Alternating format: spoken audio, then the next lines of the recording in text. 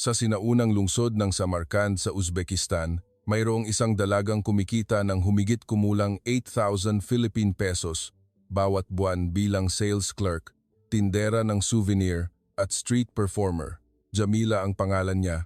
Upang masuportahan ang malaking pamilyang may 7 miyembro, kinailangan niyang magtrabaho agad pagkatapos ng high school, ngunit nananatiling madilim ang kanyang kinabukasan. At doon, isang Pilipinong lalaki ang dumating sa kanyang buhay, isang tadhana. 3 araw lamang ang kanilang pagkikita, ngunit ang maikling panahong iyon ay ganap na nagbago sa buhay ni Jamila. Sa kabila ng matinding pagtutol ng kanyang mga magulang at pag-aalala ng mga tao sa paligid, umalis si Jamila patungong Pilipinas, isang bansang libu-libong kilometro ang layo. Ang mga naranasan niya sa Pilipinas ay lumampas sa lahat ng inaasahan, at pagkaraan ng 1 taon, bakit lumuha ang kanyang mga magulang sa airport nang bumisita sila sa Pilipinas. Sisimulan natin ngayon ang nakakaantig na kuwentong iyon. Ang inyong suporta sa pamamagitan ng pag-subscribe, pag-like ng video, pag-turn on ng notification, at pagiging miyembro ay isang malaking inspirasyon para sa akin. Jamila, ang pangalan ko. Ipinanganak at lumaki ako sa Samarkand, isang sinaunang lungsod ng Uzbekistan. Ang aming pamilya ay isang malaking pamilya na may 7 miyembro, kasama ang aking mga magulang at mga kapatid. Para mabuhay at makakain ang buong pamilya, walang sinuman ang pinapayagang magpahinga. Kinailangan kong magtrabaho agad pagkatapos ng high school. Ang kolehiyo ay isang panaginip na hindi ko man lang nagawang isipin. Kung kailangang alalahanin kung ano ang kakainin bukas, ang pag-aaral ay isang luho. Sa umaga, nagtatrabaho ako sa isang maliit na tindahan ng souvenir malapit sa Resistance Square, isang World Heritage Site. Ang trabaho ko ay magbenta ng mga silk scarf at handmade pottery sa mga turista. Napakakuripot ng may-ari ng tindahan. Ang buwanang suweldo ko ay $150 lamang, katumbas ng humigit kumulang 8,000 PHP. Ang halagang ito ay napakaliit para suportahan ang isang malaking pamilya. Kaya, sa gabi, kailangan kong magdagdag ng isa pang trabaho. Paglubog ng araw, pumupunta ako sa Historic Square, kung saan nagtitipon ang maraming turista. Doon, isinusuot ko ang tradisyonal na kasuotan ng Uzbekistan at nagpe-perform ng mga awiting bayan. Ang tip na ibinibigay ng mga turista ay nasa 100 hanggang 200 units lang bawat araw. May mga araw pa nga na wala akong nakukuhang kahit 1 sentimo. Lampas 11:00 na ng gabi ako nakakauwi. Ang aking katawan ay nanlalambot, parang may nakasabit na bato. Ganoon ang takbo ng buhay araw-araw. Ang kalagayan ng aming pamilya ay talagang mahirap. Ang aking ama ay nagtatrabaho bilang mason sa mga construction site, ngunit hindi laging may trabaho. Sa mga araw ng ulan o walang proyekto, napipilitan siyang manatili sa bahay buong araw. Sa tuwing ganoon, ang balikat ng aking ama ay parang lalong bumibigat. Ang aking ina ay naglalala ng alpombra sa bahay para kumita ng dagdag. Buong araw siyang nakaupo, naghahabi ng bawat hibla na nagdudulot ng pananakit sa kanyang likod at pulso.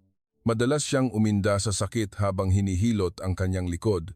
Mayroon akong 4 na nakababatang kapatid, lahat ay nasa edad ng pagkain at pag-aaral. Ang pangalawa kong kapatid na babae, si Lila, 16 ay nasa grade 11. Ang pangatlo kong kapatid na babae, si Farida, 4 ay nasa grade 9. Sina Jasmine, 12, at ang bunsong si Amir, 9, ay parehong nasa elementarya. Ang matrikula, mga aklat, at uniforme ay malalaking gastusin, lalo na tuwing magsisimula ang bagong taon ng pag-aaral, parang may bagyo sa aming tahanan. Minsan, walang pera si Lila para bumili ng bagong aklat-aralin. Kinailangan niyang humiram sa kaibigan at magpuyat para kopyahin ito sa kamay. Ang makita ang kapatid kong abala sa pagsusulat ng bawat salita sa kanyang kuwaderno sa ilalim ng ilaw ng gabi ay nagpakirot sa aking puso. Naranasan ko rin ang damdaming iyon. Naalala ko noong high school, dahil wala akong pera para bumili ng reference book, kinopya ko sa kamay ang buong aklat na hiniram ko sa aklatan. Ang pinakamahirap ay tuwing taglamig. Mas malamig ang taglamig sa Samarkand kaysa inaakala ng mga tao. Madalas bumaba sa 0 degree ang temperatura. Dahil hindi namin kayang bayaran ang pampainit, kailangan naming magsama-sama sa isang silid. Nagpatong-patong kami ng makakapal na kumot at pinainit ang isa't isa sa pamamagitan ng init ng katawan. Naaalala ko pa rin ang mga gabi na nanginginig kami sa lamig. Tuwing umiiyak si Amir, yakap ko siya para patulugin. Madalas kong hawakan ang kanyang nanlalamig na mga kamay at ilagay sa bulsa ng aking damit para painitin. Ang pagkain ay laging kapos. Ang aming hapunan ay kadalasang tinapay, sabaw at patatas. Karne ay lumalabas lamang tuwing pista o mga espesyal na okasyon. Laging inuuna ni Mama ang aming pagkain. Hindi ko gusto iyon at sinisikap kong bigyan siya ng pagkain. Ngunit lagi siyang tumatanggi at sinasabing busog na siya. Ngunit alam kong natutulog si Mama ng gutom.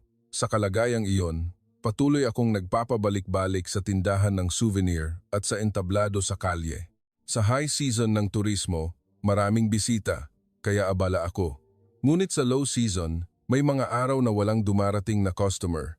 Sa mga sandaling iyon, nakaupo lang ako sa isang sulok ng tindahan at pinagmamasdan ang oras na lumilipas ng walang direksyon. Kung ganito ang buhay, kailan kaya kami aahon? Wala akong makitang kislap ng pag-asa para sa kinabukasan. Isang araw, nalaman ko ang tungkol sa OPM sa YouTube.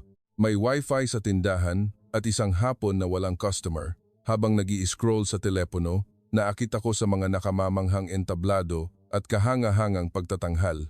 Dahil dito, unti-unti akong nahumaling sa musikang Pilipino at nalaman ko ang tungkol sa genre na tinatawag na kundiman, OPM.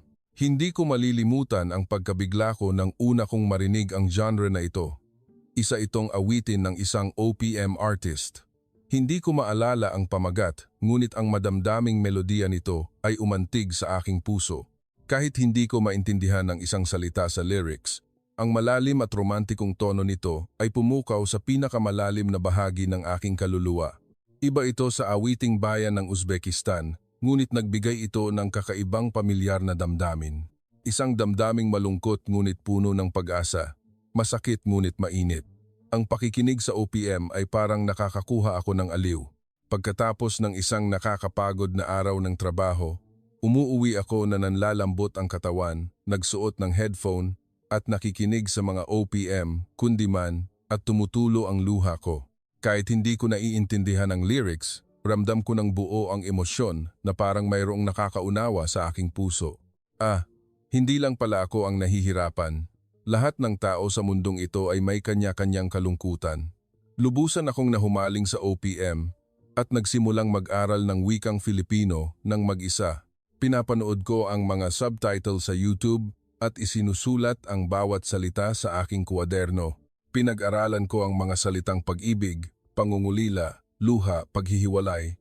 Ang pag-aaral ng Filipino hanggang hating gabi ang tanging kaligayahan ko.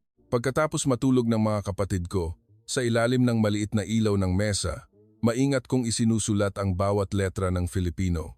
Tinanong ako ng lahat sa paligid ko kung bakit ako nag-aaral ng Filipino. Nagtaka rin ang may-ari ng tindahan. Jamila, para saan ang pag-aaral ng Filipino? Wala namang maraming turistang Pilipino dito. Hindi ako makasagot. Hindi ko rin alam kung bakit ako nag-aaral. Mayroon lang akong malabong kutob na balang araw, babaguhin ng wikang ito ang aking buhay. Ngunit hindi ko inasahan na darating ito ng napakabilis at sa ganoong paraan. Sa proseso ng pag-aaral ng Filipino, nagsimula rin akong maging interesado sa Pilipinas. Sa pamamagitan ng YouTube, tinitingnan ko ang mga kalye sa Pilipinas, nanonood ng mga pagkaing Pilipino, at sinusubaybayan ang pang-araw-araw na buhay ng mga Pilipino. Namamangha ako sa malinis na mga kalsada, maayos na tanawin, at maunlad na infrastruktura. Iyon ay isang mundo na ganap na iba sa Uzbekistan. Posible kaya na makatira ako sa ganoong lugar balang araw? Madalas kong tanungin ang sarili ko, sa gitna ng paulit-ulit at nakakapagod na buhay, ang OPM ang tanging tali ng pag-asa ko. Sa pakikinig sa mga awiting iyon, naniniwala akong gaganda ang buhay ko balang araw at makikilala ang aking talento. Kahit sa pag-awit sa kalye, madalas akong humuhuni ng mga tono ng OPM. Maaaring nagtataka ang mga turista, ngunit wala akong pakialam, ngunit nananatiling malupit ang katotohanan. Sa edad na 21, isa pa rin akong sales clerk ng souvenir at street performer sa gabi. Ang kinabukasan ay malabo at ang pag-asa ay tila lalong lumalayo. Ang mga kaibigan ko sa paligid ay nagpapakasal na. Sa Uzbekistan, ang 21 anyos ay itinuturing ng huli. Minsan, binabanggit ni Mama ang tungkol sa pag-aasawa. Jamila, gusto kang ipakilala sa anak niya ng kapitbahay nating si Lola. Subukan mong makipagkita. Umiling ako. Hindi pa, Ma. May gusto pa akong gawin bago magpakasal. Nagbuntong hininga si Mama. Ang mga babae, may tamang panahon, anak. Hindi ko talaga inasahan na isang nakatakdang pagkikita ang paparating sa akin. Inakala kong magiging ordinaryong araw lang iyon. Isang araw iyon sa kalagitnaan ng Abril, asul ang kalangitan at medyo mas marami ang turista. Ngunit wala akong kaalam-alam na ang ordinaryong araw na iyon ay magiging isang malaking pagbabago sa aking buhay. Nagsimula nang umikot ang gulong ng tadhana. Araw iyon sa kalagitnaan ng Abril, asul ang kalangitan.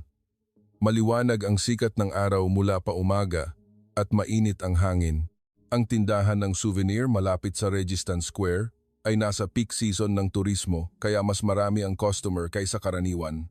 Nagbukas ako ng 9:00 ng umaga at naging abala sa pagsalubong sa mga customer.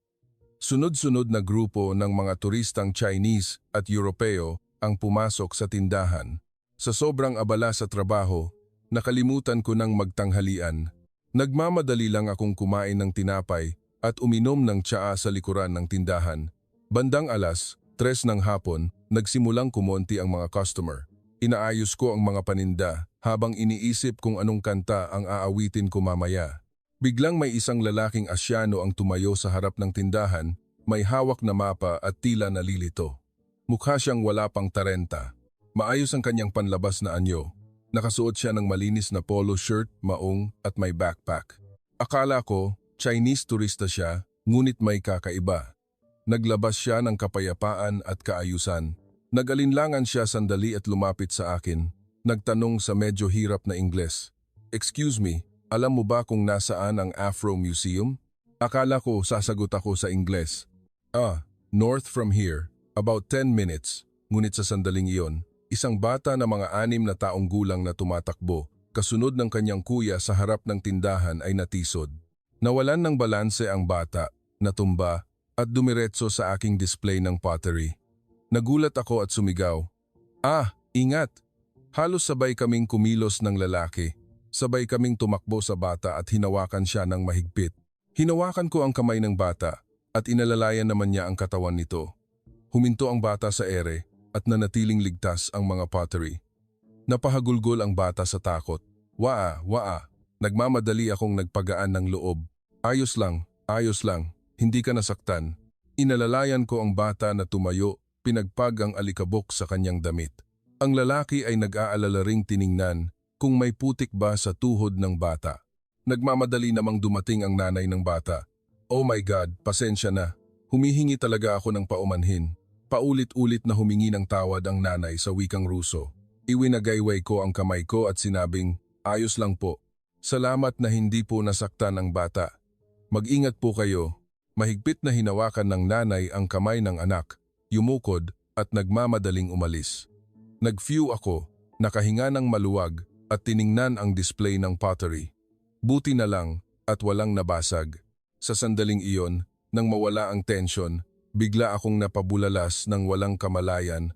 Hay salamat, ligtas na. Filipino iyon. Kusa itong lumabas sa bibig ko. Nagulat ako, ngunit mas nagulat ang lalaki.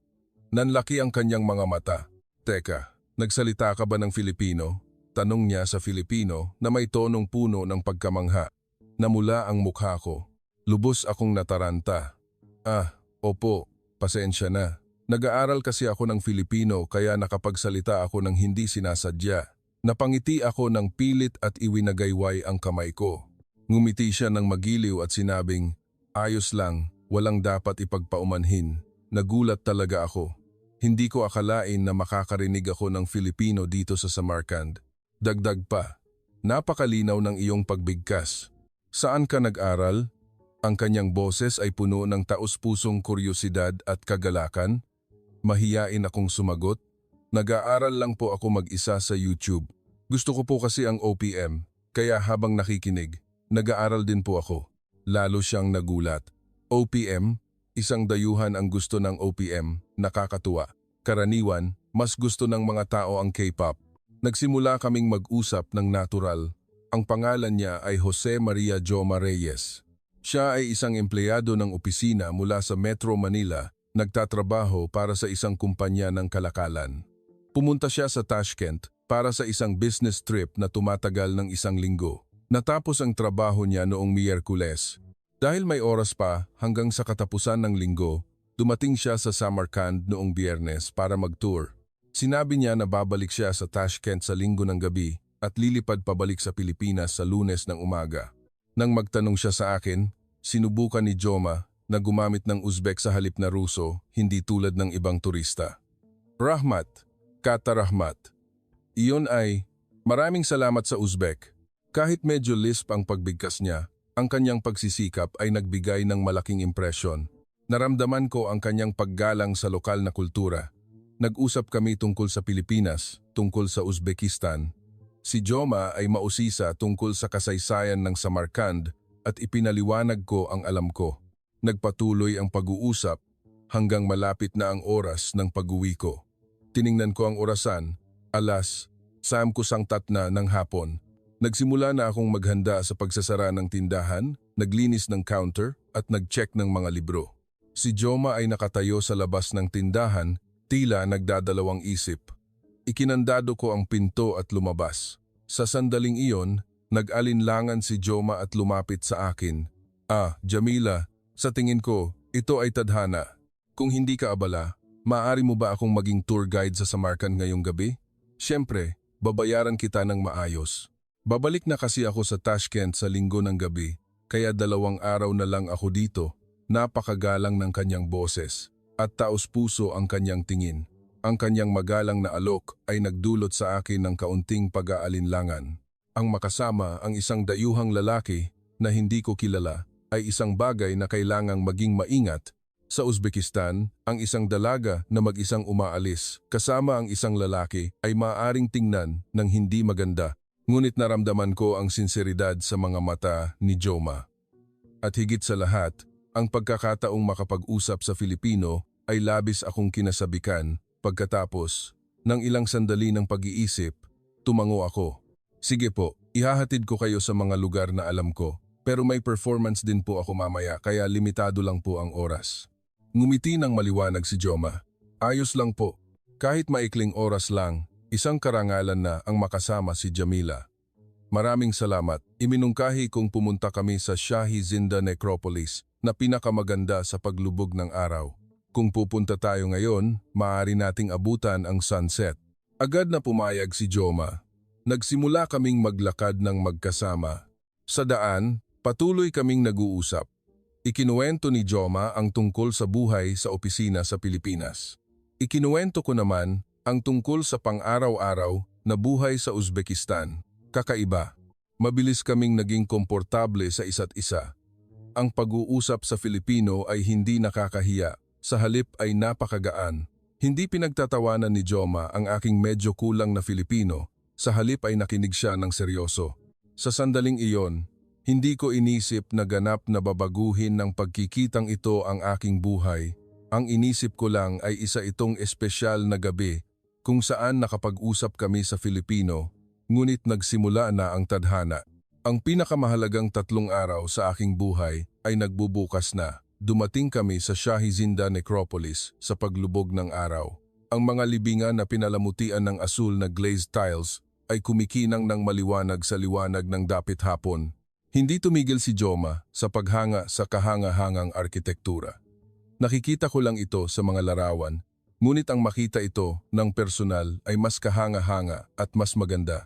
Napakaswerte ko na hindi ko kailangang tingnan ang tanawing ito ng mag-isa kundi kasama si Jamila. Ipinaliwanag ko kay Joma ang tungkol sa kasaysayan ng lugar. Ang necropolis na ito ay itinayo noong ika-14 hanggang ika-15 siglo. Ito ang libingan ng mga Maharlika at royal family ng Samarkand. Ang asul na glazed tiles na nakikita ninyo ay napakatanyag. Tumango si Joma at nakinig sa aking paliwanag. Dahan-dahan kaming umakyat sa mga hagdanan. Naglalakad kami habang nag-uusap Ang mga hagdanan ay makitid at matarik ngunit napaka-interesante. Paminsan-minsan, humihinto kami para magpahinga at tingnan ang buong tanawin ng lungsod mula sa itaas. Napakaganda ng Samarkand, sa liwanag ng dapit hapon. Maraming litrato ang kinuna ni Joma. Nagsimula akong magkuwento ng mas detalyado tungkol sa aking buhay kay Joma. Sa totoo lang, nagtatrabaho ako sa tindahan ng souvenir sa umaga pero sa gabi may isa pa akong trabaho. Nagtanong si Joma na may kuryosidad. Ano yun? Medyo nahiya ako ngunit nagpasya akong maging tapat. Nagpe-perform po ako ng pagkanta para sa mga turista. Kinakanta ko ang tradisyonal na awiting bayan ng Uzbekistan. Kailangan ko pong kumita ng dagdag dahil medyo mahirap ang kalagayan ng pamilya ko. Nagulat si Joma. Pagkanta? Si Jamila, isa kang mga awit? Nakakahiya namang tawaging mga awit. Street performer lang po ako. Malungkot akong ngumiti. Pero gusto ko pong kumanta. Iyon lang po ang kaya kong gawin. At doon, nagbago ang tingin ni Joma. Naramdaman ko ang isang kakaibang emosyon sa kanyang seryosong mukha.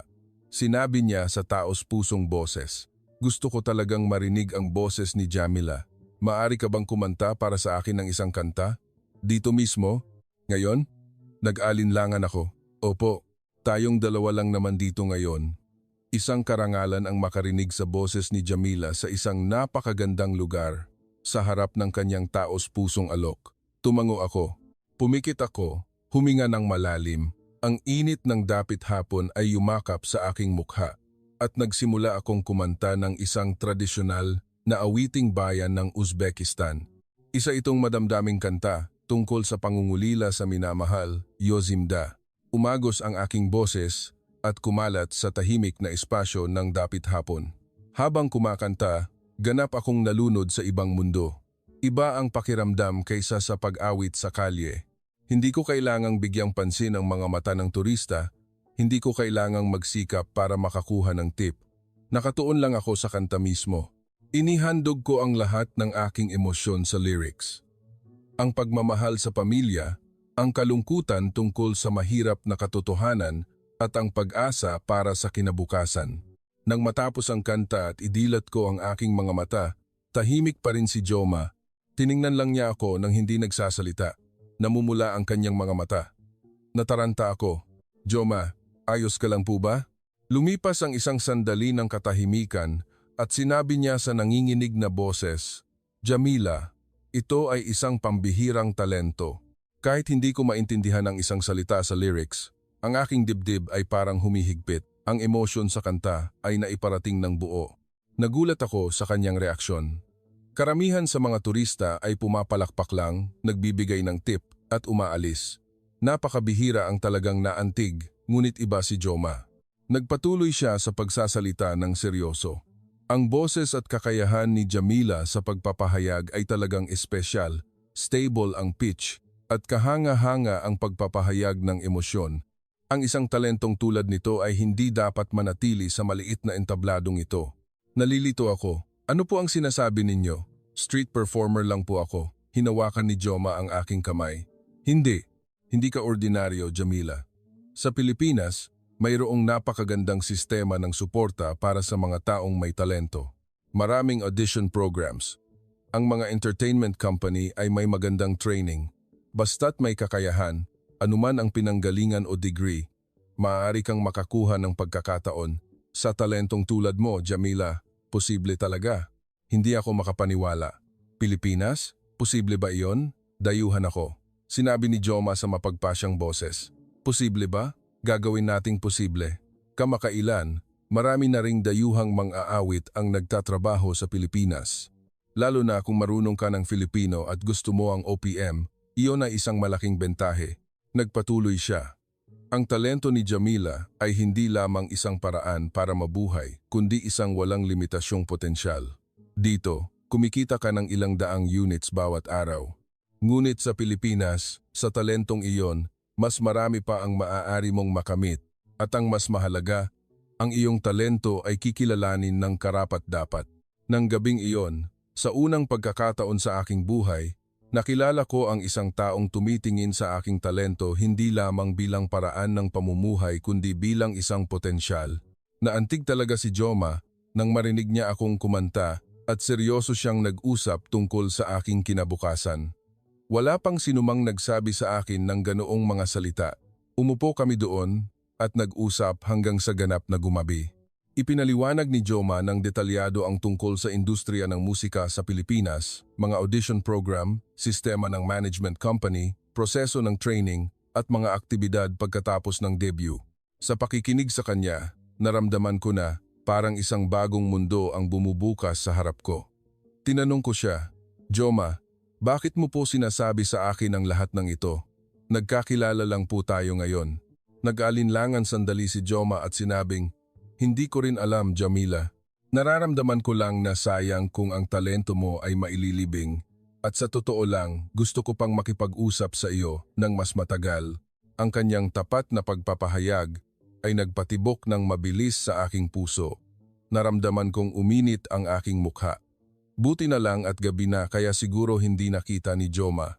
Iminungkahi ni Joma na magkita ulit kami bukas pagkatapos niyang matapos ang kanyang trabaho. Tinanggap ko ang alok ng may umaapaw na puso. Habang pauwi, naramdaman ko ang isang hindi maipaliwanag na damdamin. Sino ang lalaking ito?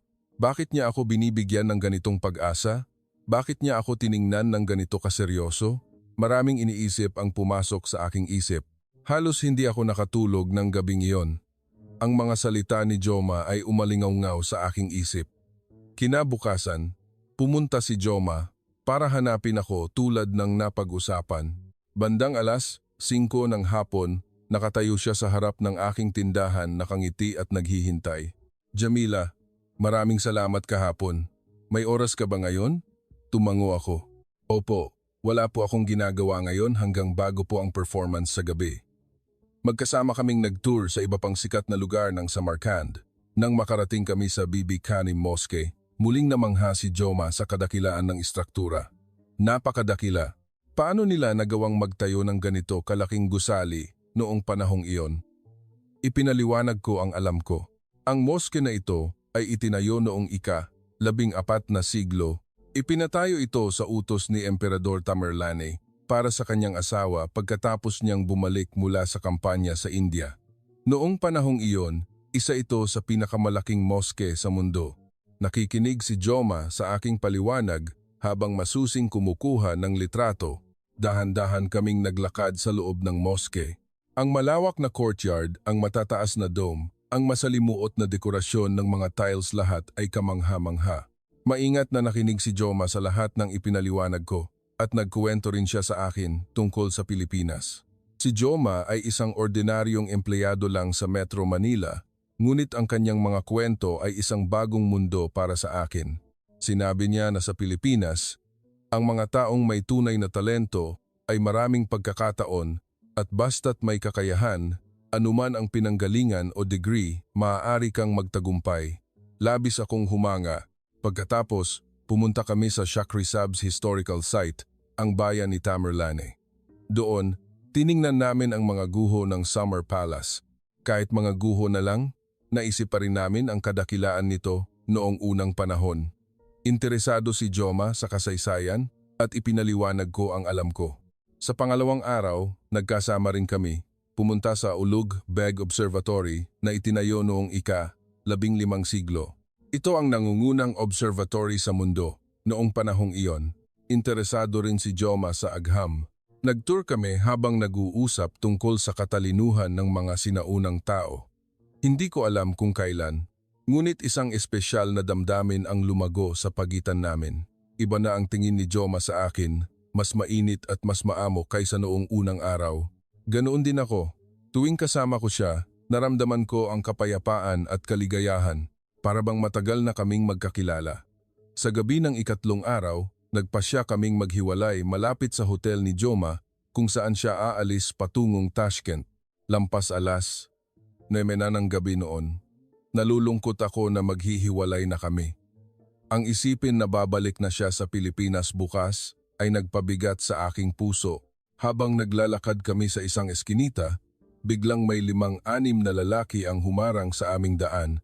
Mukhang lasing sila at masama ang tingin sa mga dayuhan. Nakilala ko sila, Sila ang mga basagulero na kadalasang nanggugulo sa lugar. Ang lalaking tila leader ay lumapit kay Joma at sumigaw sa Ruso, "Hoy, sinong iyan? Teritoryo namin ito. Labas ang pera mo." Naintindihan ko ang mga salitang iyon at nanigas ang buo kong katawan. Hindi ito ang unang beses na naranasan ko ito, ngunit natatakot pa rin ako. Dahil kasama ko si Joma, mas lalo akong natakot. Ngunit iba si Joma sa inakala ko, hindi siya nagpanik. Sa halip, kalmado siyang humawak ng mahigpit sa aking kamay, hinila ako sa likod niya at nagpasya siyang nagsalita sa Ingles. "Hindi ako Chinese, ako ay Pilipino. Narinig mo na ba ang tungkol sa Arnis? Ako ay isang Arnis master. Ibibigay ko ang pera, ngunit huwag mong gagalawin ang babaeng ito." Ang boses ni Joma ay hindi nanginginig, sa halip ay napakadeterminado. Kinuha niya ang wallet mula sa kanyang bulsa at ibinigay ang pera sa kanila. "Ito, kunin ninyo at umalis na kayo." Kinuha nila ang pera at nagtinginan, isang matinding katahimikan ang bumalot. Sa huli, kinuha nila ang pera, tumawa ng nakakaloko at umalis. "Swerte kayo." Masaya ako ngayon, kaya pinapalampas ko na. Nang makalayo na sila, huminga ng maluwag si Joma. Natakot ako ng husto kaya nanginginig ang buo kong katawan at ang mga binti ko ay parang gustong bumagsak. Niyakap ako ni Joma. "Ayos na, Jamila. Ligtas na, umalis na sila." Sa kanyang mainit na yakap, umiyak ako. Natakot ako, sobrang natakot. Natakot ako na baka masaktan ka. Hinaplos ni Joma ang aking buhok at sinabing, "Pasensya na, hinayaan kitang mapunta sa peligro. Hindi mo kasalanan." Umiling ako. Sa kabaliktaran, salamat dahil pinrotektahan mo ako. Tumayo kami ng ganoon ng matagal.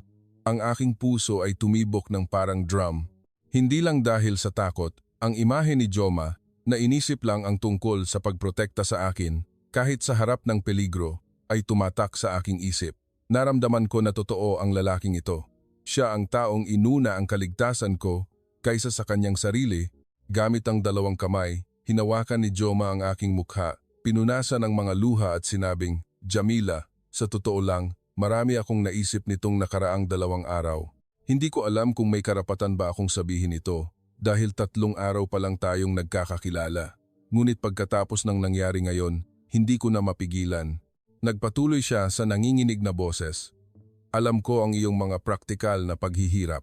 Alam ko rin na sobrang magkaiba ang mundong ginagalawan natin, ngunit ang sandaling ito na kasama ka ay ang pinakamalaking kaligayahan para sa akin. Hindi ko gustong mawala ang damdaming ito. Bigyan mo ako ng pagkakataon." Umiiyak akong tumango. "Ako rin.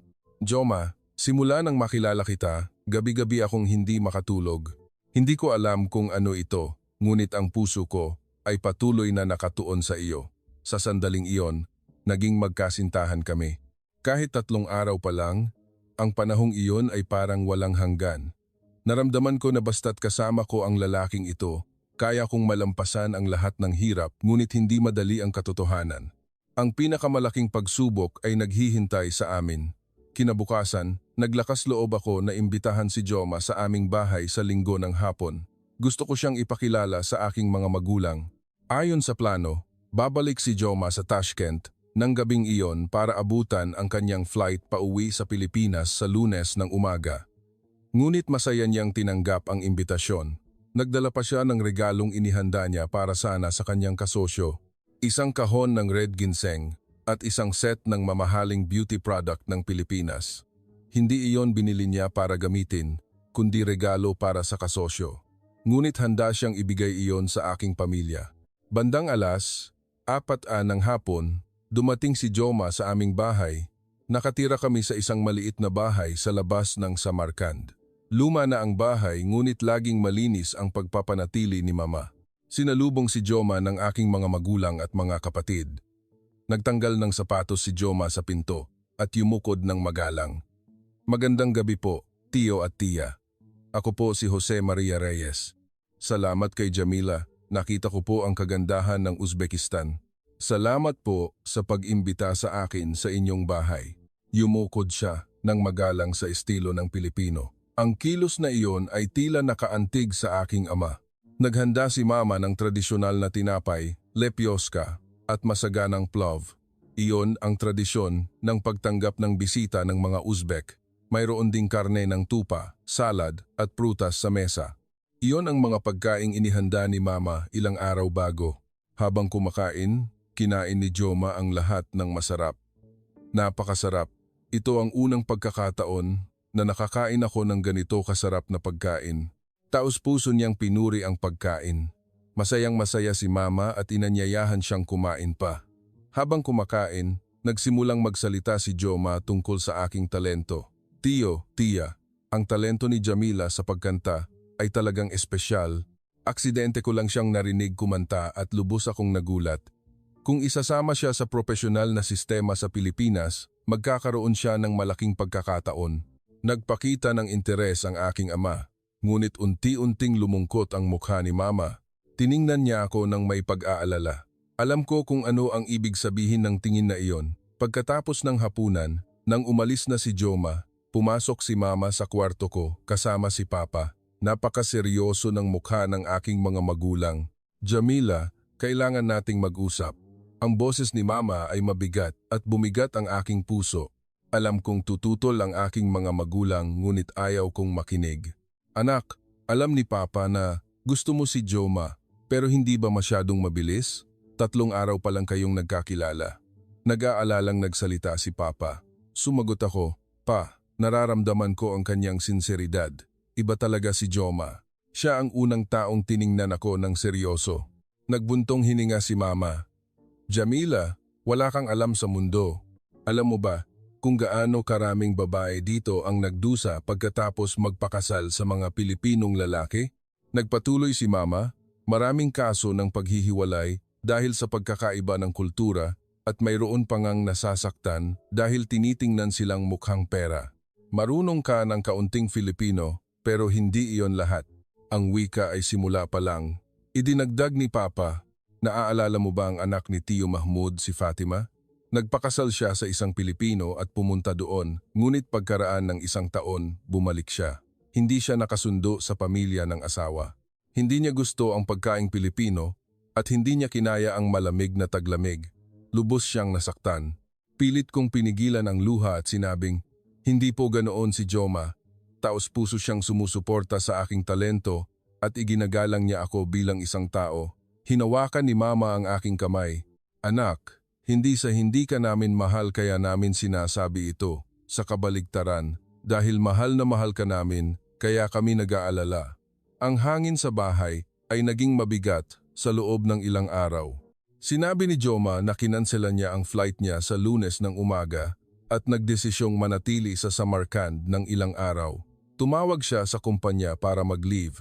Hindi siya makaalis nang hindi niya nakukumbinsi ang aking mga magulang. Detalyado kong ikinuwento kay Joma ang tungkol sa pagtutol ng aking mga magulang. Seryosong nagsalita si Joma. Jamila, gusto kong makipagkita sa iyong mga magulang ng personal para ipahayag ang aking puso. Pupunta ako ulit para bumisita. Gusto kong makipag-usap ng formal. Noong Martes ng gabi, muling dumating si Joma sa aming bahay. Sa pagkakataong ito, mas formal ang kanyang saloobin. Lumuhod siya sa harap ng aking mga magulang. Mabilis na tumibok ang aking puso. Tio, Tia, alam ko na 3 araw pa lang kami ni Jamila at baka isipin ninyo na maikli lang iyon, ngunit sigurado po ako. Ang boses ni Joma ay medyo nanginginig, ngunit napakadeterminado. Mahal ko si Jamila hindi dahil sa pera o anuman, kundi dahil sa kanyang talento, potensyal sa kinabukasan at sa mismong pagkatao niya. Sa Pilipinas, pananagutan ko siya at tutulungan siyang matupad ang kanyang pangarap. Sana bigyan ninyo ako ng pagkakataon. Tahimik na tumango ang aking ama. Umiiyak si Mama habang nagtatanong, Joma, kaya mo bang pasayahin ang aming anak? Mag-iisa at mahihirapan ba ang aming anak sa Pilipinas? Iyon ang pinakamalaking alalahanin namin. Dito, may pamilya siya, ngunit sa Pilipinas, mag-isa lang siya. Yumukod si Joma. Lubos ko pong naiintindihan ang inyong pag-aalala. May mga magulang din po ako kaya naiintindihan ko ang damdaming iyon. Ngunit ipinapangako ko na gagawin ko ang lahat para hindi kailanman mag-isa si Jamila sa Pilipinas para ang kanyang talento ay sumikat at higit sa lahat para siya ay maging masaya. Gusto ko pong pakasalan si Jamila. Sa sandaling iyon, Parang huminto ang oras sa silid. Halos hindi ako makahinga. Dahan-dahang nagsalita si Papa. Joma, naiintindihan ko ang sinseridad mo. Ngunit mayroon kaming tradisyon. Sana maintindihan mo rin ang damdamin ng mga magulang na nagpapalaya sa kanilang anak. Nag-alinlangan sandali si Papa at sinabing, ayon sa aming tradisyon, kailangang maghanda ng bride wealth ang manugang para sa pamilya ng babae. Iyon ay pagpapakita ng paggalang at pananagutan sa aming anak. Mga 250,000 PHP ay ayos na. Hindi nag-alinlangan si Joma. Naiintindihan ko po. Ipaghahanda ko po. Bumalik si Joma sa Pilipinas noong Miyerkules at nag-video call kami araw-araw. Sinabi niya na nagsisikap siyang kumita ng pera sa Pilipinas. Nagtatrabaho pa nga ng overtime sa labas ng trabaho niya sa kumpanya. Nakonsensya ako. Joma, hindi mo kailangang gawin yan. Ngunit ngumiti lang si Joma at sinabing ayos lang. Pagkaraan ng isang buwan, bumalik si Joma sa Uzbekistan. Sa pagkakataong ito, nagdala siya ng 300,000 PHP, 50,000 PHP, na mas marami kaysa sa hiniling ng aking mga magulang. Nagulat ako. Joma, hindi mo kailangang maghanda ng ganoon karami. Ibinigay ni Joma ang pera sa aking mga magulang at sinabing, hindi ito pera para bilhin si Jamila. Ito ay malalim na paggalang ko sa kalagayan ng inyong pamilya at tradisyon at isang pangako na pananagutan ko si Jamila habang buhay. Gusto ko ring magambag ng kaunti para mabawasan ang inyong alalahanin kapag pumunta si Jamila sa Pilipinas. Maliit na halaga lang po ito. Sana tanggapin ninyo. Nakita ni Mama ang eksenang iyon at lumuha. Mahigpit ding hinawakan ni Papa ang kamay ni Joma. Joma, ipinagkakatiwala ko sa iyo ang aming anak. Alam ko na ngayon na taos puso ka. Nagkaroon kami ng pagkiling, patawarin mo kami. Sa ganitong paraan, pumayag na rin ang aking mga magulang na magpakasal kami. Umiyak ako sa tuwa. Sa wakas, isang bagong kabanata sa aking buhay ang nagbukas. Pagkatapos makuha ang pahintulot ng aking mga magulang, agad akong tinulungan ni Joma na asikasuhin ang visa sa Pilipinas. Mula sa paghahanda ng dokumento hanggang sa pag-book ng appointment sa embahada, maingat niyang inasikaso ang lahat. Kahit bumalik na siya sa Pilipinas, tumatawag pa rin siya araw-araw para tingnan ang progreso. Jamila, handa na ba ang mga dokumento mo? Kumusta ang interview sa embahada? Huwag kang ma-stress, sagutin mo lang ng komportable. Ang proseso ng visa ay mas komplikado kaysa sa inakala ko. Maraming dokumento ang kailangang ihanda tulad ng birth certificate, family relations certificate at marriage status certificate. Nagpadala si Joma sa akin ng listahan ng mga kinakailangang dokumento at detalyadong ipinaliwanag kung paano ihanda ang bawat isa. Nagtatrabaho ako sa umaga at sa gabi, inihahanda ko ang mga dokumento. Ang pinakamahirap ay ang interview sa embahada. Kailangan kong pumunta sa embahada ng Pilipinas sa Tashkent. Mula Samarkand hanggang Tashkent, 2 oras ang biyahe sa tren. Gabi bago ang interview, hindi ako makatulog sa kaba. Patuloy na tumatawag si Joma para magbigay ng lakas ng loob. Jamila, kaya mo iyan. Sagutin mo lang ng totoo. Noong araw ng interview, pumunta ako sa embahada nang may kaba sa aking dibdib. Nagtatanong ang interviewer sa Filipino at sinubukan ko ang lahat ng makakaya ko para sumagot. Bakit mo gustong pumunta sa Pilipinas? Paano mo nakilala si Jose Maria Reyes? Ano ang gusto mong gawin kapag nasa Pilipinas ka na? Sumagot ako ng taos puso na mahal ko si Joma at gusto kong mag-aral ng pagkanta sa Pilipinas. Pagkaraan ng 2 buwan, sa wakas ay nakuha ko na ang aking visa. Nag-book ako ng flight papuntang Pilipinas. 1 linggo bago ang pag-alis, abala ang buong pamilya sa paghahanda. Inayos ni Mama ang aking mga damit na dadalhin sa Pilipinas at si Papa naman ay nagpaalala, anak, sa Pilipinas, alagaan mo ang iyong kalusugan, sundin mo ang iyong asawa. Gabi bago ang pag-alis, nag-organisa ang aming pamilya ng isang maliit na farewell party. Nagluto si Mama ng mga paborito kong pagkain, plov, samsa, manti at iba pa. Kumakain ako habang pinipigilan ang luha. Mahigpit na hinawakan ni Mama ang aking kamay at humagulgol. Jamila, huwag kang magkakasakit doon. Maging malakas ka, anak. Kung may anumang hirap, tawagan mo lang kami. Laging kaming nandito para sa iyo.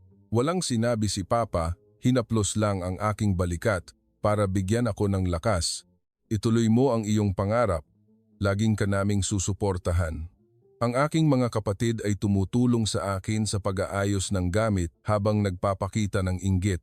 Ate, sabi nila maganda raw ang Pilipinas. Pwede ba kaming bumisita sa iyo pagkatapos? Tanong ni Lila. Tumango ako. Oo naman, kapag stable na ako, iimbitahin ko kayong lahat. Mahigpit akong niyakap ni Amir habang umiiyak. Ate, huwag kang aalis. Mahigpit kong niyakap si Amir at sinabing, aalis lang ako, pero babalik din agad. Tatawag ako ng madalas. 9 na oras ang biyahe papuntang Metro Manila. Tiningnan ko ang labas ng bintana, nararamdaman ang pag-asa at takot sa bagong buhay. Makaka-adapt kaya ako ng maayos sa Pilipinas? Makukuha ko ba talaga ang pagkakataon tulad ng sinabi ni Joma? Maraming iniisip ang pumasok sa aking isip. Sa eroplano, binuksan ko ang aking Filipino phrasebook, inuulit ang mga pangungusap na maaaring magamit sa airport. Nasaan po ang banyo? Saan ko po hahanapin ang aking bagahe? Saan po ang sakayan ng taxi? Nagbulong-bulungan ako habang nagpa-practice. Luming ako ang eroplano sa Ninoy Aquino International Airport bandang 10:10 ng gabi. Bumaba ako ng eroplano, nag-check-in, at kinuha ang aking bagahe. Paglabas ko ng pinto, nakita ko si Joma na may hawak na buke ng bulaklak at naghihintay sa akin. Jamila, dumating ka na talaga. Welcome. Maliwanag na ngumiti si Joma at niyakap ako ng mahigpit. Yumakap ako sa kanya at tumulo ang luha ko. Sa sandaling lumabas ako ng airport, nagulat ako. Kahit hating gabi na, maliwanag pa rin ang airport. Lahat ay gumagalaw ng maayos. Napakalinis ng sahig at makintab.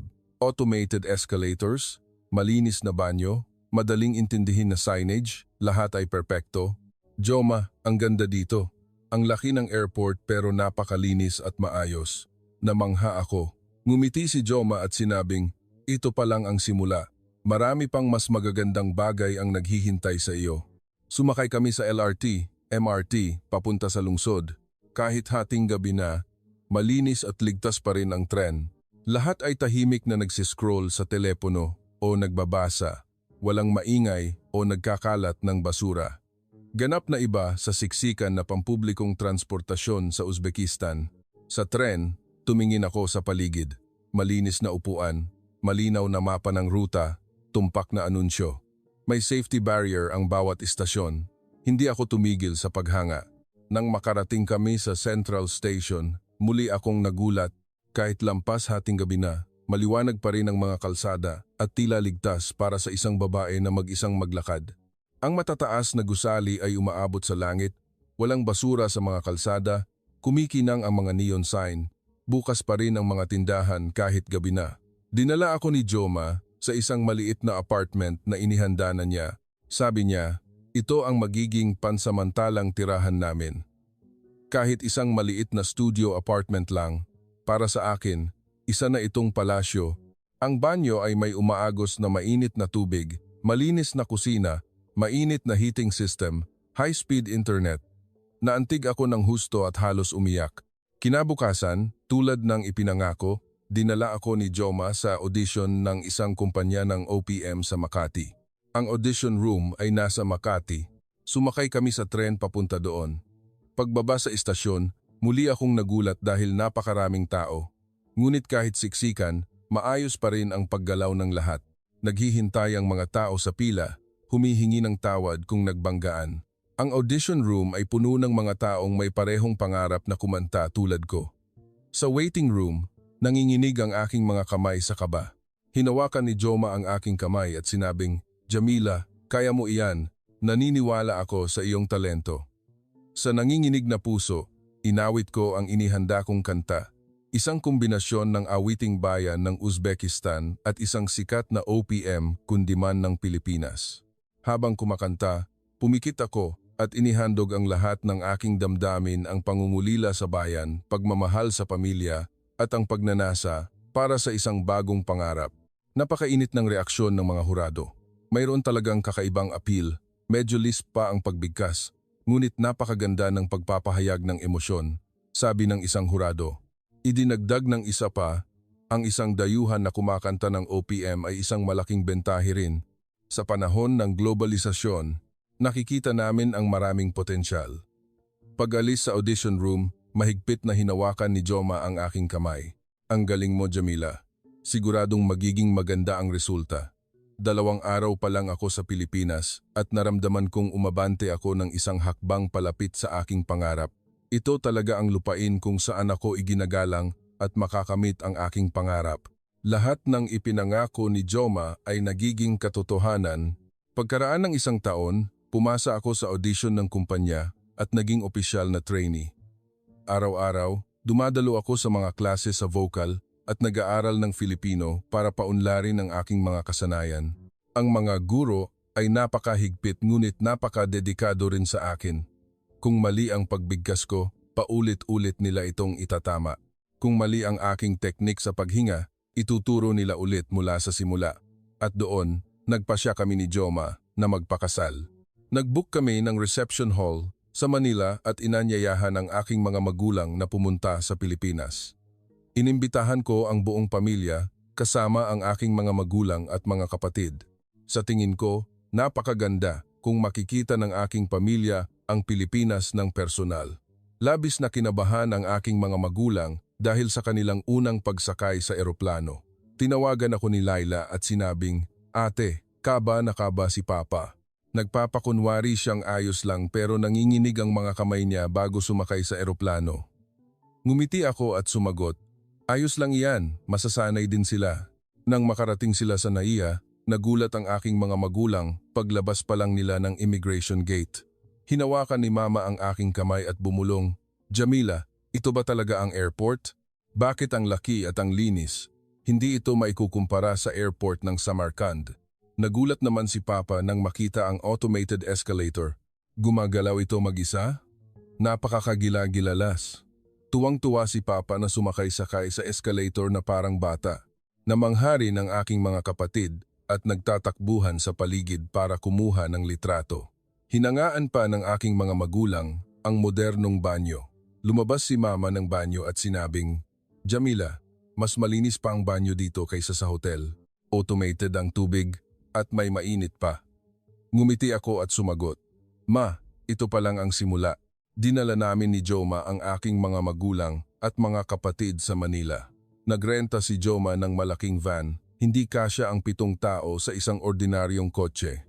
Nagbook si Joma ng sasakyan sa pamamagitan ng isang app at pagkaraan lang ng 2 minuto, dumating na ang sasakyan. Nagulat si Papa at nagtanong, "Bakit ang bilis?" Sa Samarkand, kailangan mong maghintay ng 30 minuto para sa taxi. Ngumiti si Joma at sumagot, "Normal po yan dito sa Pilipinas. Sa pamamagitan ng app, darating ang sasakyan sa loob lang ng ilang minuto." Hindi naman nagpakita ng iritasyon ang driver nang makita ang aking mga magulang na dayuhan. Sa halip, magiliw siyang bumati at tumulong sa paglalagay ng bagahe sa trunk. "Saan po tayo pupunta? I-adjust ko po ang temperatura ng aircon sa likod para komportable kayo." Bumulong si Mama sa akin. Bakit ang friendly ng mga tao dito? Tinatrato nila ang mga bisita na parang Diyos. Nang makapasok na kami sa sentro ng lungsod, lalo pang nagulat ang aking mga magulang. Kahit 10:00 na ng gabi, maliwanag pa rin ang lungsod. Nagniningning ang mga ilaw mula sa matataas na gusali, malinis ang mga kalsada at maayos ang paggalaw ng mga sasakyan. Tumingin si Papa sa labas ng bintana, namangha. Bakit ang laki at siksikan ng lungsod na ito pero napakaayos? Isang traffic light lang pero humihinto ang lahat ng sasakyan. Nagulat si Mama nang makita ang mga kalsada. Walang kahit isang piraso ng basura. Hating gabi na pero nag-iisa pa ring naglalakad ang mga babae. Talagang isang ligtas na bansa. Nagtanong si Lila, "Ate, ligtas ba talagang maglakad ng mag-isa dito sa gabi?" Tumango ako, "Oo. Napakaligtas ng Pilipinas. Madalas din akong maglakad mag-isa sa gabi." Tila na shock ang aking mga magulang sa lahat ng bagay sa Pilipinas. Nang makarating kami sa aming bagong tahanan, muling nagulat ang aking mga magulang. Kahit maliit lang ang apartment namin, malinis at moderno ito. Pagpasok pa lang namin ng pinto, automatikong bumukas ang ilaw salamat sa motion sensor. Agad na may mainit na tubig ang gripo. Mainit ang heating system, high-speed internet at mga bagong appliances. Umikot si Mama sa kusina at sinabing, "Ang sarap siguro magluto dito. Kumpleto lahat. Napakalayo nito sa kusina natin." Binuksan ni Papa ang TV sa sala, malaki at malinaw ang screen. Nagpalipat-lipat si Papa ng channel, tuwang-tuwa. "Bakit ang daming channel? Mahigit 100 channels." Ngumiti ako at ipinaliwanag, "Pa, cable TV po ito. Maaari tayong manood ng gusto nating programa anumang oras." Kinabukasan, dinala namin ang aking mga magulang at mga kapatid para mag-tour sa lungsod. Una kaming pumunta sa Bonifacio Global City High Street. Dahil weekend, napakaraming tao, ngunit kahit siksikan, maayos pa rin ang lahat. Naghihintay ang mga tao sa pila, humihingi ng tawad kung nagbanggaan. Naglakad si Mama sa kalsada, hindi tumigil sa paghanga. Ang mga tindahan ay magkakatabi. Ang mga makukulay na signages ay nakakaakit. Sunod-sunod ang mga tindahan ng cosmetics, damit, accessories at restaurant. Sina Lila at ang aking mga kapatid ay mausisa na tiningnan ang lahat. Habang naglalakad, nagtanong si Mama sa isang Pilipinang babae kung nasaan ang banyo. Nagtanong si Mama sa Ingles, ngunit hindi marunong mag-Ingles ang babae. Gayunpaman, hindi siya umalis. Kinuha niya ang kanyang telepono, binuksan ang translation app, hinanap ang lokasyon ng banyo at itinuro kay Mama. Sinamahan pa niya si Mama hanggang sa banyo. Nagpasalamat si Mama sa kanya, luhaan. Pagkatapos lumabas sa banyo, sinabi sa akin ni Mama, "Jamila, bakit ang bait ng mga tao sa isang dayuhan na hindi nila kilala? Siguradong abala rin siya, pero naglaan siya ng oras para sa atin." Ngumiti ako at sumagot, "Ma, ganyan po talaga ang mga Pilipino, napaka-friendly nila." Kumain kami ng adobo at sinigang. Nagulat ang aking mga magulang at mga kapatid sa pagkaing Pilipino na ngayon lang nila natikman. Sabi nila, maanghang daw, pero napakasarap. Lalo na, nagustuhan ni Papa ang adobo. Ito ba ang adobo? Ang lambot at kakaiba. Maanghang, pero nakakaadik. Sa tanghalian, kumain kami sa isang Korean BBQ. Nag-ihaw si Joma ng karne at tinuruan ang lahat kung paano kumain. I-roll po ang karne kasama ng gulay, bawang at sausawan ng suka at toyo sa kakainin. Medyo nahiya ang aking mga magulang noong una, ngunit pagkatapos ay nasanay na. Sabi ni Mama, sa ganitong paraan daw, hindi nakakasawa ang karne at mas malamig. Ang sarap talaga. Pagkatapos kumain, umakyat kami sa isang matayog na gusali sa BGC. Sumakay kami sa super fast elevator papunta sa observation deck. Mula sa loob ng elevator, makikita ang buong tanawin ng lungsod. Walang masabi si Papa habang nakatingin sa labas. Mayroon pala talagang ganito kalaking lungsod. Walang hangganan, ang mga gusali. Nang makarating kami sa observation deck, lumabas ang buong tanawin ng Manila sa harap namin. Ang 360-degree view ng lungsod ay talagang isang obra maestra. Ang Manila Bay ay bumabaluktot sa lungsod. Magkakatabi ang mga matataas na gusali. Tiningnan ni Mama ang tanawin at lumuha. "Jamila, sa ganitong lugar ka nakatira? Napakadakilang bansa." Noong gabi, pumunta kami sa isang parke sa tabi ng Manila Bay. Sunset noon, maraming tao sa baybayin, ngunit hindi magulo. Nagbibisikleta, nagjo-jogging, naglalaro ng skateboard, nagpapahinga. Lahat ay nag-enjoy sa kanilang sariling paraan. Namangha si Papa sa malinis na baybayin. Isang malaking ilog ang dumadaloy sa gitna ng lungsod pero malinis ang tubig. Ang mga tao ay nag-ehersisyo, nagbibisikleta, naglalakad, talagang isang maunlad na bansa. Walang ganyang parke sa Samarkand. Ang aking mga kapatid ay masayang tumakbo sa baybayin. Sumigaw si Amir, "Ate, ang ganda dito. Gusto ko ring tumira dito balang araw." Niyakap ko si Amir at sinabing, "Kung mag-aaral ka ng mabuti, makakaya mo iyan." Nag-order kami ng fried chicken at beer at kumain sa tabi ng baybayin. Ang fried chicken sa istilong Pilipino ay labis na nagustuhan ng aking mga magulang at mga kapatid. Sabi ni Mama, ito raw ang unang pagkakataon na nakakain siya ng ganoon ka-crispy at masarap na fried chicken at masarap din daw ang sauce. Nagtanong si Lila, "Ate, madalas bang kumain ito ang mga Pilipino?" Tumango ako, "Oo. Paborito ng mga Pilipino ang fried chicken." Nang lumubog na ang araw at nagsindi ng ilaw ang lungsod, Isang mas magandang tanawin sa gabi ang lumabas. Ang mga tulay sa Manila Bay ay nagniningning. Kumikinang din ang mga gusali sa baybayin. Tahimik na pinanood ng aking mga magulang ang eksenang iyon. Kinabukasan, nagtour kami sa Intramuros at sa isang lumang distrito. Gusto kong ipakita sa aking pamilya ang tradisyonal na kultura ng Pilipinas, ang makita ang kahanga-hangang arkitektura ng Intramuros. Sabi ni Papa, may matagal na ring kasaysayan ang Pilipinas at kahanga-hanga na na-preserve nila ang ganoon kagandang istruktura. Sa lumang distrito, nagrenta kami ng tradisyonal na Filipiniana at nagpicture. Nagustuhan ng aking mga magulang at mga kapatid ang pagsusuot ng Filipiniana.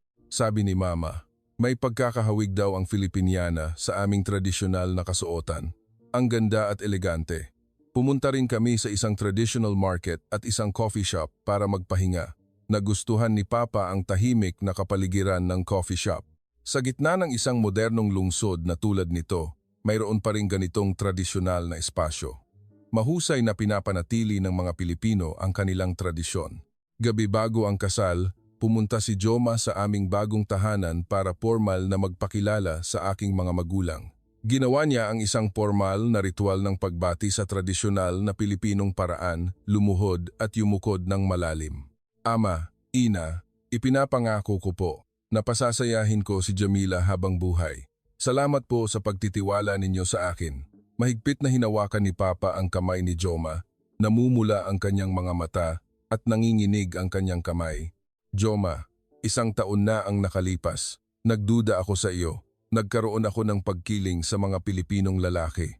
Pero ngayon, naiintindihan ko na. Taos puso mong mahal ang aming anak. Nagpatuloy si Papa, salamat sa pagdadala mo sa aming anak sa isang matatag at kahanga-hangang mundo na tulad nito. Wala akong alam tungkol sa Pilipinas. Hindi ko alam na ito ay isang maunlad, ligtas, at maayos na bansa. Maaari na, ngayong mabuhay ng masaya si Jamila dito, panatag na ako. Umiyak din si Mama. Joma, pakialagaan mo ang aming anak, ha? Ang magkaroon ng isang manugang na tulad mo ay isang pagpapala sa aming pamilya. Nag-alala ako noong una, pero ngayon nakita ko na nakakilala si Jamila ng napakabuting tao. Napakabuti mo. Nakita ko ang eksenang iyon at umiyak din ako. Iyon ang sandali kung kailan sa wakas ay taos-pusong naunawaan ng aking mga magulang at binasbasan ang aking pinili. 1 taon na ang nakalipas, matindi ang pagtutol ng aking mga magulang, ngunit pagkatapos makita ang Pilipinas ng personal, ganap silang nagbago. Ang sinseridad ni Joma at ang imahe ng Pilipinas ay nakaantig sa puso ng aking mga magulang. Bumulong si Lila sa akin. Ate, sinabi ni Papa kay Mama kagabi na napakasuwerte ni Jamila. Ang makatira sa isang bansa na tulad nito ay isang malaking pagpapala. Gusto ko ring maging tulad mo. Niyakap ko si Lila at sinabing, kaya mo rin iyan. Mag-aral ka lang ng mabuti. Napakaganda ng aming kasal. Dumating ang aking mga magulang at kamag-anak mula sa Uzbekistan at marami ring pamilya at kaibigan ni Joma ang dumalo. Ang reception hall ay maganda ang dekorasyon at lahat ay perpekto. Nasuot ko ang puting wedding dress at naglakad kasama si Joma sa aisle. Nang tumugtog ang music, tumayo ang lahat ng bisita. Nakayakap ako sa braso ni Papa, dahan-dahang naglakad. Sa sandaling iyon, ang lahat ng hirap at pagsubok sa aking buhay ay nagbalik. Ang tindahan ng souvenir sa Samarkand, ang mga performance sa kalye, ang mahihirap na araw, ang unang pagkikita kay Joma, ang pagtutol ng aking mga magulang. At ngayon, ibinigay ni Papa ang aking kamay kay Joma at sinabing, pakialagaan mo ang aming anak. Yumukod ng malalim si Joma at sumagot, papasayahin ko po siya habang buhay. Hindi ko napigilan ang aking luha. Iyon ay luha ng kaligayahan. Pagkatapos ng mga salita ng host, nagpalitan kami ng vows. Binasa ko ang aking vows sa Filipino. 1 taon na ang nakalipas, hindi ko iyon maisip. Ako, si Jamila, ay tatanggapin si Jose Maria Reyes bilang aking asawa at nangangako na sasamahan ka sa lahat ng saya, lungkot, ginhawa at hirap. Ang aking boses ay nanginginig ngunit puno ng determinasyon. Pagkatapos ng kasal, nagkaroon ng reception. Dumalo rin ang direktor at mga guro sa kumpanya. Binati ako ng direktor. Jamila, congratulations. Maging masaya ka at magsikap ka rin. Malapit na ang magandang balita. Pagkatapos ng kasal, opisyal akong nag-focus sa aking pangarap sa pagkanta.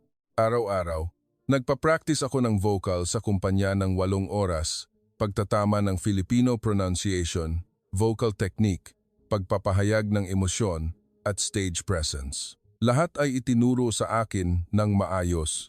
Nag-practice ako ng parang baliw. Nagising ako ng alas 5 ng umaga para mag-vocal practice. Mula alas 9 ng umaga hanggang alas 3 ng hapon, nag-practice ako sa kumpanya. Sa hapon, nag-aaral ako ng Filipino. Sa gabi, nag-aaral ulit ako ng sayaw. Kumakanta ako hanggang hating gabi. Pagod pero masaya ako. Dahil ginagawa ko ang gusto ko. Laging sumusuporta sa akin si Joma. Nagigising siya ng maaga kasama ako para maghanda ng almusal. Kung late akong umuwi, nagluluto siya ng hapunan. Kapag pagod ako, masahe niya ako. Kapag nawawalan ako ng pag-asa, sinasabi niya, Jamila, kaya mo iyan, naniniwala ako sa iyong talento. Pagkaraan ng kalahating taon, dumating ang pagkakataon.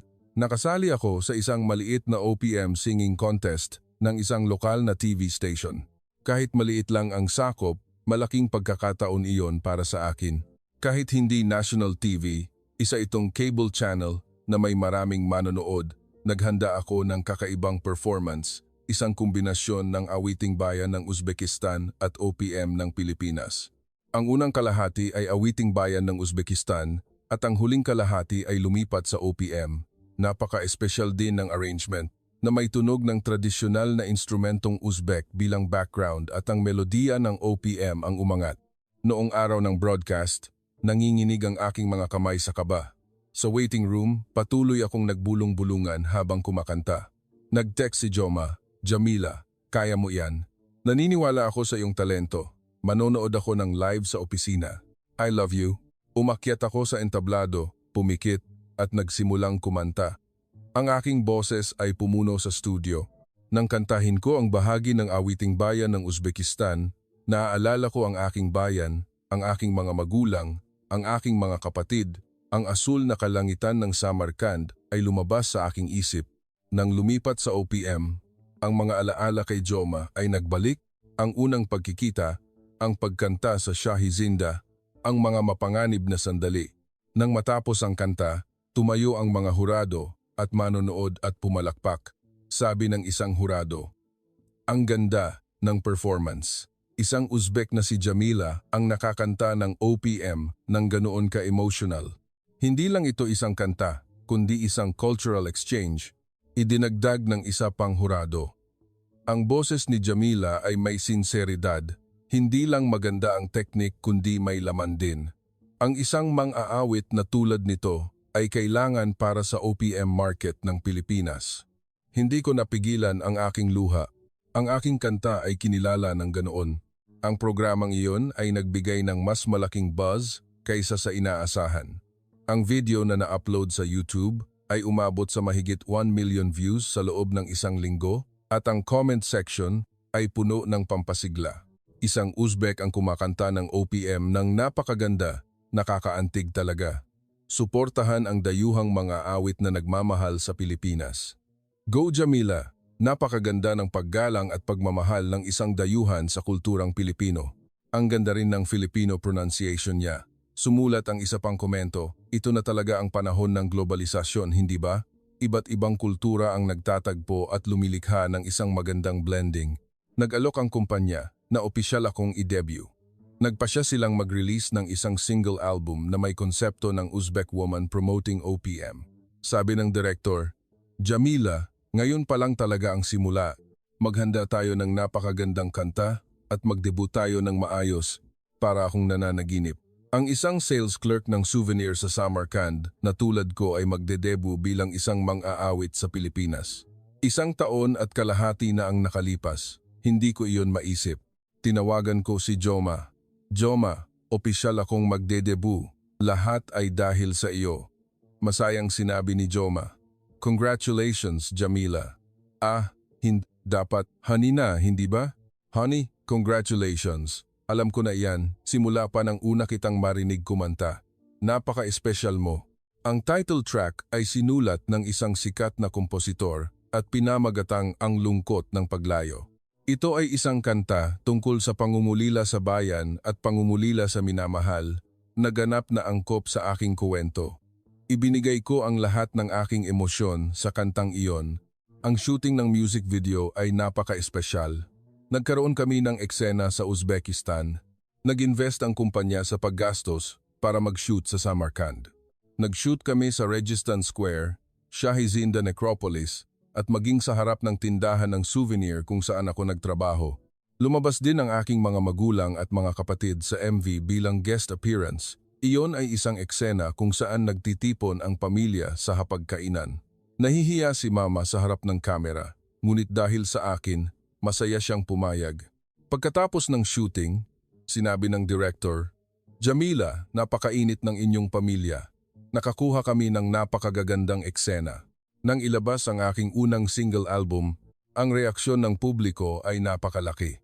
Pumasok ang kanta sa music charts at nakakuha ako ng mga imbitasyon para sa maraming TV show. Nag-record ako mula sa morning show hanggang sa evening show. 3 o 4 na programa araw-araw. Nabuhay ako sa mga abalang araw. Nang sumali ako sa isang talk show, nagtanong ang host, "Jamila, ang iyong buhay bago at pagkatapos ng pagpunta sa Pilipinas ay malaking pagbabago, hindi ba?" Sumagot ako ng totoo. "Opo, ganap na, nagbago." Sa Uzbekistan, mahirap kumita ng 200 units bawat araw, ngunit ngayon, tumatanggap ako ng bayad na nararapat sa aking talento. Nagtanong pa ang host, "Ano ang pinakagusto mo sa Pilipinas?" Nag-isip ako sandali at sumagot, "Ang oportunidad. Ang Pilipinas ay isang bansa na nagbibigay ng oportunidad sa mga taong may talento, anuman ang pinanggalingan. Kahit dayuhan ako, hindi ako na-discriminate. Sa kabalintunaan, mas marami pa akong natanggap na suporta, tumaas din ang aking kita. Kumikita ako ng 20 beses sa sweldo ko sa Uzbekistan. Kumikita ako ng humigit kumulang 150,000 PHP bawat buwan. Sa halagang iyon, nagpapadala ako ng 3,000 PHP sa aking mga magulang bawat buwan para sa kanilang pamumuhay. Nagpapadala rin ako ng pera para sa matrikula ng aking mga kapatid." Tumawag si Papa at sinabing, "Jamila, hindi ko inasahan na magtatagumpay ka ng ganyan. Ipinagmamalaki kita. Dahil sa iyo, gumanda ang buhay ng pamilya namin. Nakapasok na rin si Lila sa kolehiyo at ang iyong mga kapatid ay nag-aaral na ng tutorial." Umiyak ako habang sumasagot, "Pa, nagawa ko lang po iyan." Ipinagmamalaki naman ako ni Mama sa buong kapitbahayan. Tinawagan ako ni Farida at sinabing, "Ate, ipinagmamalaki ni Mama sa mga kapitbahay. Ang anak ko, mga awit sa Pilipinas, lumalabas pa sa TV. Maunlad talaga ang Pilipinas. Ang anak ko, nag-asawa ng Pilipino kaya nailigtas ang aming pamilya. Ngayon, tinitingnan ko ang Pilipinas bilang aking pangalawang bayan. Dito, hindi lang ako nagtatrabaho para mabuhay, kundi napapaunlad ko rin ang aking talento at natutupad ang aking pangarap. Ang propesyonal na sistema, patas na oportunidad, at kultura ng paggalang sa talento ng Pilipinas ang nagdala sa akin sa araw na ito." 1 taon pagkatapos ng aking debut, sumali ako sa isang malaking music program na ipinalabas sa buong bansa. Sa sandaling tumayo ako sa entablado, kinakabahan ako ngunit puno rin ng kumpiyansa. Perpekto kong inawit ang aking kanta. Pagkatapos ng programa, ang fanboard ay puno ng pampasigla. Sumulat ang isang manonood, "Sa pagtingin kay Jamila, nararamdaman ko na sa Pilipinas, basta't may kakayahan, maaari kang magtagumpay. Ang nasyonalidad o pinanggalingan ay hindi mahalaga, kundi ang talento at pagsisikap. Salamat sa mga taong tulad ni Jamila na pinili ang Pilipinas." Si Joma ay laging isang matatag na suporta sa tabi ko. Sa kabila ng abalang schedule, inaalagaan at sinusuportahan niya ako. Kung late akong umuwi sa taping, aalis siya ng maaga sa trabaho para sunduin ako. Kapag pagod ako, pinapahinga niya ako sa bahay. Kapag may sakit ako, dinadala niya ako sa ospital. Minsan, naaalala ko ang tindahan ng souvenir sa Samarkand 1 taon at kalahati na ang nakalipas. Kung hindi ko nakilala si Joma noong araw na iyon, marahil nandoon pa rin ako ngayon. Kumakanta para makakuha ng ilang daang units na tip bawat araw namumuhay ng walang pag-asa para sa kinabukasan. Ngunit dinala ako ng tadhana dito. Binigyan ako ng tadhana ng isang taong tulad ng anghel, si Joma, at dinala ako sa bansang Pilipinas. Ang oportunidad at pag-asa na ibinigay sa akin ng Pilipinas ay isang mahalagang regalo na hindi mabibili ng pera. Ngayon, gusto kong maging isang mga awit na gagamitin ang aking boses para ipromote ang magandang kultura ng Pilipinas sa mundo. Gusto kong maging isang tulay ng kultura sa pagitan ng Pilipinas at Uzbekistan. Iyan ang paraan ko para magpahayag ng pasasalamat kay Joma at sa bansang nagtiwala at sumuporta sa akin. Kamakailan, nakatanggap ako ng tawag mula sa Embahada ng Uzbekistan. Inimbitahan nila akong mag-perform sa isang cultural exchange event sa pagitan ng Pilipinas at Uzbekistan. Masaya kong tinanggap ang alok, isang malaking karangalan ang maging tulay sa pagitan ng dalawang bansa. Ang performance na iyon ay dinaluhan ng mga ambasador ng dalawang bansa. Kinanta ko ang awiting bayan ng Uzbekistan at OPM ng Pilipinas. Pagkatapos ng performance, sinabi sa akin ng ambasador ng Uzbekistan, "Jamila, ikaw ang aming pride ng aming bansa. Salamat sa iyong aktibong pagganap sa Pilipinas at sa pag-promote ng imahe ng Uzbekistan." Sinabi rin ng isang opisyal mula sa Pilipinas, "Salamat sa mga taong tulad ni Jamila. Lalong tumitibay ang relasyon ng Pilipinas at Uzbekistan. Sana'y mas marami ka pang makabuluhang aktibidad sa hinaharap." Naantig ako at lumuha. Sa sandaling ito, masaya talaga ako. Mayroon akong asawang nagmamahal sa akin, ginagawa ko ang gusto kong trabaho. Ang aking pamilya sa bayan ay nabubuhay ng masaya. Lahat ay salamat kay Joma at sa Pilipinas. Minsan, tinatanong ko si Joma, "Joma, kung hindi mo ako kinausap sa Samarkand noong araw na iyon, ano kaya ang nangyari?" Ngumiti si Joma at sumagot, "Nawala sana ang pinakamalaking swerte sa buhay ko. Ang makilala ka ang pinakamagandang desisyon sa buhay ko." Ganon din ang iniisip ko. Ang makilala si Joma ang pinakamalaking swerte sa aking buhay at ganoon din ang pagdating sa Pilipinas. Dito, nakita ko ang aking pangarap, pag-ibig at kaligayahan. Sana, ang aking kwento ay maging pag-asa para sa isang tao na kahit anong kalagayan, kung hindi ka susuko at laging nakatuon sa iyong pangarap, balang araw matutupad mo iyon. Kumusta ang kwento ngayon? Kung nagustuhan ninyo, mag-subscribe, mag-like at i-turn on ang notification para makita pa ang maraming kwento. Sumali sa membership at i-click ang thank you button para maikalat ang mga nakakaantig na kwentong ito sa mas maraming tao. Salamat sa pakikinig. Yeah.